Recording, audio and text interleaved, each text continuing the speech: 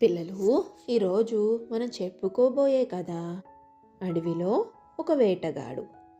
అనగనగా ఒక పెద్ద కారడవి ఉంది. ఆ అడవిలో జంతువులన్నీ కలిసి ఐకమత్యంగా ఉండేవి. ఒకరోజు జంతువులన్నీ అడవిలో విహరిస్తుండగా వాటికి దారిలో ఒక బూటు కనిపించింది.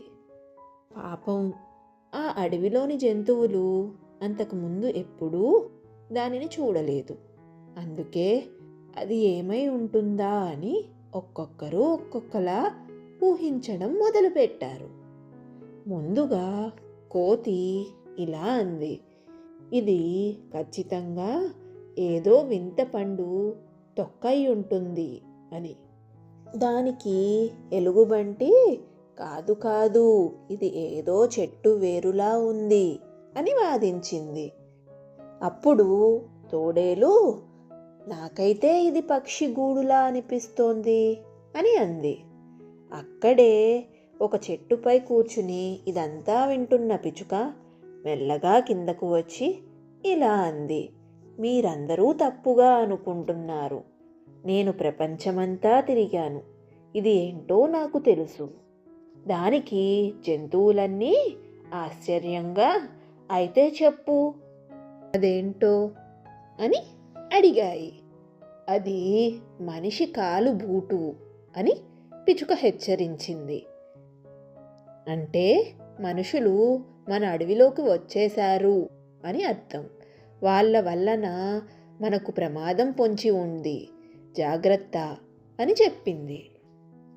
కానీ జంతువులు పిచుక మాటలను వినలేదు. తోడేలు దాన్ని గేలి చేస్తూ, మనుషులు ఇక్కడికి రాలేరు, మనం వాళ్లకు చాలా దూరంగా ఉన్నాము అని అంది. జంతువులేవి పిచుక మాటను పట్టించుకోకుండా అక్కడి నుండి వెళ్ళిపోయాయి. కానీ మరుసటి రోజే ఒక విచారకరమైన ఘటన జరిగింది. ఒక జింక అడవిలో తిరుగుతుండగా చూసుకోకుండా అక్కడ వేటగాడు వేసిన వలలో చిక్కుకుపోయింది. మిగతా జంతువులన్నీ భయంతో చూస్తూ ఉండిపోయాయి తప్ప ఏమి చేయలేకపోయాయి. ఆ తర్వాత కొద్ది రోజుల్లోనే మరికొన్ని జంతువులు కూడా అడవి నుండి మాయమైపోతూ కనిపించాయి. పిచుక చెప్పిన మాటలు విననందుకు జంతువులన్నీ చాలా బాధపడ్డాయి. అప్పటి నుండి అవి ఎప్పుడూ అప్రమత్తంగా ఉండడం మొదలుపెట్టాయి.